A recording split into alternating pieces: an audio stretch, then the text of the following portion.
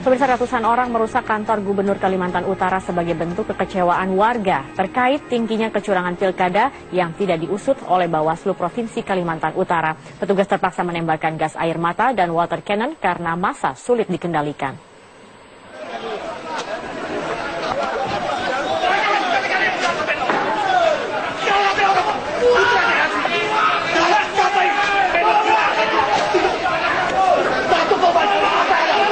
Masa menuntut agar rapat pleno penghitungan suara hasil pemilihan gubernur dan wakil gubernur Kalimantan Utara yang tengah berlangsung segera dihentikan.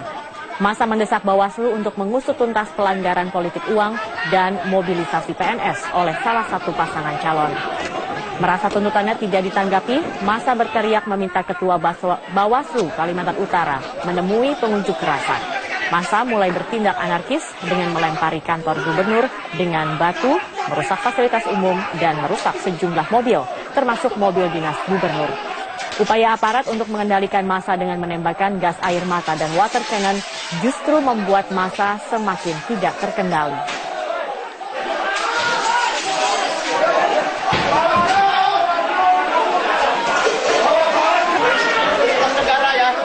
Dan untuk mengetahui bagaimana situasi terkini pasca bentrokan di depan kantor Gubernur Kalimantan Utara, kita telah bergabung bersama dengan kontributor Metro TV langsung dari Kalimantan Utara, ada Muhammad Reza. Reza, seperti apa kondisi di sana? Apakah suasana di sana masih memanas atau sudah kondusif?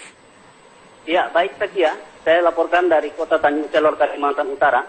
Suasana di Kota Tanjung Selor saat ini sangat-sangat mencekam, di mana ribuan orang dari masyarakat peduli Pemilu Kaltara saat ini melakukan orasi dan melakukan demo massa sambil membakar ban di Jalan Kolonel Sutaji. Tidak hanya itu, Sakia, massa juga saat ini telah membakar aula gubernur dan merusak 5 mobil serta membakar 3 mobil dinas dari Pemprov Kaltara. Suasana saat ini massa masih berkumpul di lapangan Agatis Kota Tanjung Selor sambil menunggu ketetapan dari Bawaslu yang massa meminta agar tuntutan mereka dilaksanakan. Baik, Reza. Namun faktanya sampai saat ini ya, Bawaslu Provinsi Kalimantan Utara tidak juga melakukan tuntutan dari massa dengan alasan tetap memproses pelanggaran tersebut. Massa ya, ini berasal dari mana, Reza? Ya, masyarakat ini yang datang ke kantor Gubernur Kaltara merupakan masyarakat peduli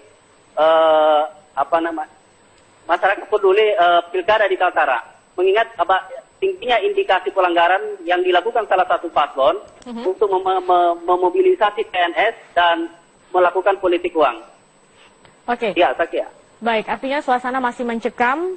Kantor gubernur, mobil dinas gubernur juga ini dibakar massa. Anda saat ini berada tidak jauh dari tempat kejadian bentrokan seperti itu. Ini ya, apakah dekat dengan permukiman warga juga di sana? Ya, betul, Sakia. Jadi Jalan Kolonel Sutaji itu merupakan jalan utama yang ada di Kota Tanjung Selor, Provinsi Kalimantan Utara, di mana kiri kanan itu merupakan perkantoran dan rumah masyarakat atau rumah warga, Sakia. Oke, lalu bagaimana dengan warga-warga yang berada atau yang tinggal tidak jauh dari sana? Ya, para warga sebenarnya mengalami ketakutan yang luar biasa, di mana masyarakat tidak berani keluar rumah karena melihat situasi yang sangat-sangat mencekam di luar. Sempat terjadi tembakan gas air mata, bahkan terjadi tembakan senjata tajam dari peluru dari petugas yang menembakkan ke utara untuk memperingatkan massa. Namun karena massa yang sudah terlanjur tersulut emosi sehingga tidak mengindahkan tembakan petugas tersebut. Apakah ada korban luka? Ya, sampai saat ini kita dari pantauan kami belum ada korban luka, namun kerusakan sudah terjadi di mana-mana, termasuk pembakaran aula dan kantor Gubernur Kalimantan Utara serta pecahan kaca di mana-mana. Oke, selain itu apa saja yang rusak selain tadi kantor atau aula dari gubernur dan juga mobil dinas gubernur? Dari pantauan Anda apa saja lagi yang rusak? Ya, dari pantauan kami salah satunya adalah posko keamanan yang berada di pintu gerbang masuk kantor sekretariat Provinsi Kalimantan Utara, serta beberapa taman dan peralatan-peralatan kantor lainnya juga sempat dirusak oleh massa. Baik, adakah pihak yang saat ini mungkin bisa untuk mendamaikan atau mendinginkan suasana atau menengahi antara massa dan juga Bawaslu? Ya, kami melihat tadi di lokasi kejadian tampak Kapolda Kaltim terjun langsung ke lapangan untuk menenangkan massa. Namun kedatangan Kapolda yang dinilai agak sedikit terlambat membuat suasana juga sudah hampir sudah reda karena menjelang gelap juga, Zakia. Oke, baik. Muhammad Reza, terima kasih atas informasi Anda. Nanti kami akan coba kembali menghubungi untuk melihat bagaimana perkembangan dari sana. Terima kasih atas informasinya. Dan polisi kembali menggeledah 12 blok lapas untuk keempat kalinya guna mencari kemungkinan adanya bunker lain setelah penemuan bunker sedalam 30 cm yang digunakan untuk menyimpan senjata. Ratusan polisi dari Polres Badung, Satuan Brimob, dan TNI dari Kodim Badung menggeledah lapas Kerobokan pada Sabtu siang. Aparat yang menggeledah sebelumnya diberikan pengarahan teknis menggeledah agar pemeriksaan dilakukan secara detail untuk memastikan keberadaan senjata maupun narkoba. Ini merupakan penggeledahan keempat pasca bentrokan pada Kamis malam yang menewaskan 2 narapidana. Pada penggeledahan yang dilakukan Kamis malam pasca bentrokan, aparat menyita ratusan senjata tajam dan airsoft gun. Sementara pada penggeledahan Jumat siang dan Jumat malam, aparat menemukan 3 senjata api jenis revolver dan sejumlah senjata tajam. 4 narapidana telah ditetapkan sebagai tersangka bentrokan di lapas Kerobokan dan berdasarkan hasil pengembangan, kemungkinan tersangka bertambah karena keempat tersangka menyebut nama narapidana lainnya. Iya, kemudian ada yang di atas plafon. Nah, yang di atas plafon itu kita temukan kurang lebih 2 ons sabu. Kurang lebih 2 ons sabu. Itu semalam. Jadi semalam juga kami sudah serahkan kepada aparat kepolisian. Menteri Hukum dan HAM Yasona Lauli mengakui adanya beberapa masalah dalam lembaga pemasyarakatan di Indonesia. Oleh karena itu pemerintah berusaha untuk mengantisipasi permasalahan yang ada dengan membuat inovasi berupa teknologi informasi yang terpadu untuk memantau narapidana. Langsung pantau, langsung dilaporin. Standar kita langsung dilaporin, kalau tidak saya langsung kepada Dirjen. Ya, Dirjen terus langsung beritahu ke kita. Peristiwa di Bali, 2 orang meninggal, ya, 1 di dalam, 1 di luar. Ada pertikaian oknum oknum ormas, ya, Baladika dan Laskar Bali. Ini sebetulnya persoalan yang sudah lama. Persoalan ini juga ormas di luar. Ada yang masuk sama-sama, ada napinya di dalam. Terjadi perkelahian antar 2 ormas. Mana lagi sekarang kondisi lapas kita over kapasitas. Nah, ini juga memudahkan. Dengan ada CCTV, orang kan lebih mudah kita melihat siapa yang bersalah. Karena CCTV bisa terus langsung memantau keadaan itu. Kalau pada gilirannya terjadi pertengkaran seperti itu, kita dengan mudah, dengan teknologi informasi kita dengan mudah bisa mencari siapa yang salah.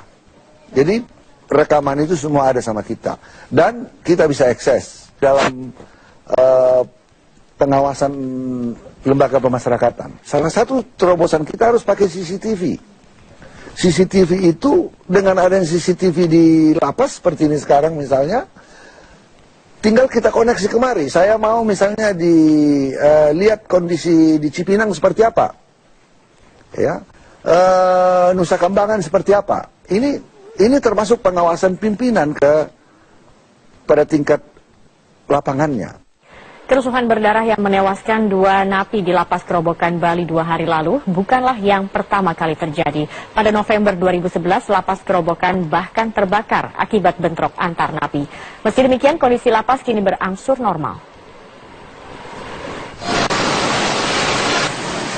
Situasi di lapas Kerobokan Denpasar, Bali semakin kondusif pasca bentrokan Kamis petang yang mengakibatkan 2 orang napi tewas dan 2 lainnya terluka. Situasi pengamanan di sekitar lapas pun sudah mulai kembali normal. Hingga kini, semua napi sudah beraktivitas normal pasca pemindahan 110 napi yang terlibat bentrok pada Kamis petang kemarin. Penjagaan polisi di depan lapas pun tidak seketat kejadian kemarin karena para napi pemicu bentrok sudah dipindahkan ke 5 rutan yang ada di Bali untuk menghindari bentrokan susulan. Kepala Lapas Kerobokan, Sunarto, juga siap dicopot pasca kejadian ini. Namun Sunarto berjanji akan membenahi kembali lapas karena baru 2 bulan bertugas di Lapas Kerobokan Denpasar. Di dalam sudah aman, kondusif, terkendali. Ada kerusakan nggak? Tidak ada. Jadi fasilitas kantor, fasilitas hunian tidak ada yang rusak sama sekali. Tahun 2011 kerusuhan antar napi melanda lapas Kerobokan. Sebanyak 8 unit sarana dan prasarana lapas mengalami kerusakan berat. Kementerian Hukum dan HAM saat itu menaksir kerugian mencapai 3 miliar rupiah. Hampir seluruh bangunan dan fasilitas di dalam lapas Kerobokan rusak parah. Kerusuhan massal terjadi saat petugas Badan Narkotika Nasional BNN hendak menangkap narapidana bernama Agus Riyadi, mantan anggota Densus 88 yang menjadi bandar narkoba. Kedatangan petugas BNN memancing kemarahan narapidana lain sebagai bentuk solidaritas dan melakukan tindak anarkistis. Dari Bali, Saifullah, Metro TV. Dan pemirsa, untuk mengetahui bagaimana situasi pasca terjadinya bentrok di Lapas Kerobokan Denpasar, Bali, kita langsung saja berbincang dengan Kapolda Bali. Sudah bergabung bersama kami melalui sambungan telepon Irjen Polisi Sugeng Priyanto. Selamat sore, Pak Sugeng. Selamat sore, Mbak. Ya, pertama-tama saya ingin tahu, Pak Sugeng, pasca bentrokan seperti apa kondisi terkini di Lapas Kerobokan? Saya informasikan bahwa situasi di Lapas Kerobokan maupun di Denpasar pada umumnya saat ini sudah kondusif, ya, terkendali dan masyarakat beraktivitas seperti biasa. Oke. Kemudian kemarin ini polisi ikut juga memeriksa lapas. Apakah ada temuan baru yang ditemukan oleh kepolisian di sana? Ya, jadi sejak kejadian Kamis sore, malam, kemudian sampai dengan hari ini, selama 3 hari berturut-turut, Polda Bali melaksanakan razia di dalam lapas, tentu saja bersama-sama dengan stakeholder terkait, dan hasil daripada razia tersebut, seluruhnya kalau dapat saya laporkan secara singkat, ada ditemukan 239 senjata tajam, 5 pucuk senjata api, 112 butir peluru, kemudian juga ada alat narkotika, ada bom 70 buah, kemudian juga ditemukan sabu-sabu, ganja, ekstasi, HP 129 buah, dan lain-lain. Masih banyak lagi, Pak. Ini semuanya milik narapidana? Ya, itu ditemukan di berbagai tempat di dalam lapas. Baik. Baik, apakah juga sudah diselidiki lebih lanjut, terutama untuk kepala lapas maupun juga ya, pegawai lainnya? Mengapa benda-benda ini juga bisa masuk ke dalam lapas ini? Ya, kami akan melangkah ke sana. Tetapi sementara kami masih melakukan pemeriksaan terhadap para tersangka, para napi, dan fokus untuk mengungkap kasus pembunuhan. Tetapi bagaimana benda-benda ini bisa masuk ke dalam lapas, kami juga akan meminta keterangan petugas lapas. Baik, sudah ada 4 narapidana yang dijadikan tersangka. Apakah sudah dan dikatakan bahwa kemungkinan tersangka akan bertambah? Hingga saat ini apakah sudah ada penambahan tersangka atau masih 4, Pak Sugeng? Sementara masih 4, Mbak, tetapi sangat mungkin jumlah tersangka ini akan bertambah karena kami juga masih melakukan pengembangan terhadap kasus tersebut. Kemudian bagaimana dengan bentrokan yang terjadi di hari yang sama di Jalan Teguh Umar, Denpasar? Apakah sudah ada tersangka juga dalam bentrokan tersebut? Jadi mengenai 2 korban yang di Teguh Umar, itu kan kejadiannya di luar lapas, ya, sudah cukup jauh dari lapas, dan itu tersangkanya belum tertangkap dan masih dalam penyelidikan kami. Baik, untuk kondisi keamanan di dalam lapas sendiri, Pak Sugeng, seperti apa saat ini kondisi keamanan untuk di dalam lapas, dan apakah ada ancaman bentrokan susulan seperti itu? Saat ini kondisinya sudah kondusif, dan mereka yang terlibat kerusuhan pada malam itu 110-an lebih orang, sudah kita evakuasi, kita pindahkan ke lapas-lapas terdekat di sekitar Denpasar. Jadi mudah-mudahan tidak akan terjadi lagi. Baik, penjagaannya sendiri seperti apa dari kepolisian untuk di dalam lapas? Ya, kita tidak di dalam lapas. Kami membackup penjagaan di luar lapas, tetapi kekuatan kami sesuaikan dengan eskalasi, karena sekarang sudah mulai membaik, kekuatan kami kurangi. Oke, artinya pengamanan ini dilakukan di lingkungan sekitar. Berapa banyak personel yang diterjunkan untuk mengamankan? Kami sesuaikan dengan situasi di masing-masing lapas, karena tidak sama. Baik, ini bagaimana dengan dampak dari bentrokan yang terjadi pada Kamis kemarin terhadap khususnya sektor pariwisata. Pak Sugeng, ini Bali kan sebagai salah satu sektor pariwisata yang tertinggi seperti itu. Bagaimana dampaknya? Ya tentu sangat terasa ya. Jadi hari Kamis malam itu memang suasana sedikit menakutkan sehingga orang tidak berani keluar, toko-toko juga sekaligus waktu itu langsung pada tutup. Tetapi saya amati hari ini sudah normal kembali. Adakah penjagaan khusus yang diterjunkan oleh pihak kepolisian untuk menjaga sektor-sektor pariwisata ini? Semua tujuan wisata di Denpasar, Bali dan sekitarnya kami perkuat dengan patroli, juga posting-posting anggota kita bertambah. Baik, langkah selanjutnya ini pemeriksaan sedang berjalan, kemudian juga lapas ini terus juga dirazia seperti itu atau diperiksa. Langkah selanjutnya dari pihak kepolisian terkait dengan kasus ini apa, Pak Sugeng? Langkah berikutnya mereka yang terlibat dalam kasus kerusuhan di lapas tentu akan kita proses sesuai dengan prosedur hukum yang berlaku. Kemudian upaya-upaya pencegahan ke depan sudah kita lakukan. Kedua ormas yang bertikai sudah kami kumpulkan, membuat kesepakatan damai, kemudian berjanji tidak akan mengulang kembali di masa depan. Oke, baik. Terima kasih Pak Sugeng. Artinya saat ini narapidana sudah 4 yang dijadikan tersangka dan kemungkinan masih akan bertambah sesuai dengan penyidikan yang sedang berlangsung dan juga nanti akan didalami masalah senjata api dan senjata tajam dan lain-lain ditemukan dalam lapas. Terima kasih Irjen Polisi Sugeng Priyanto, Kapolda Bali sudah bergabung bersama kami di Metro.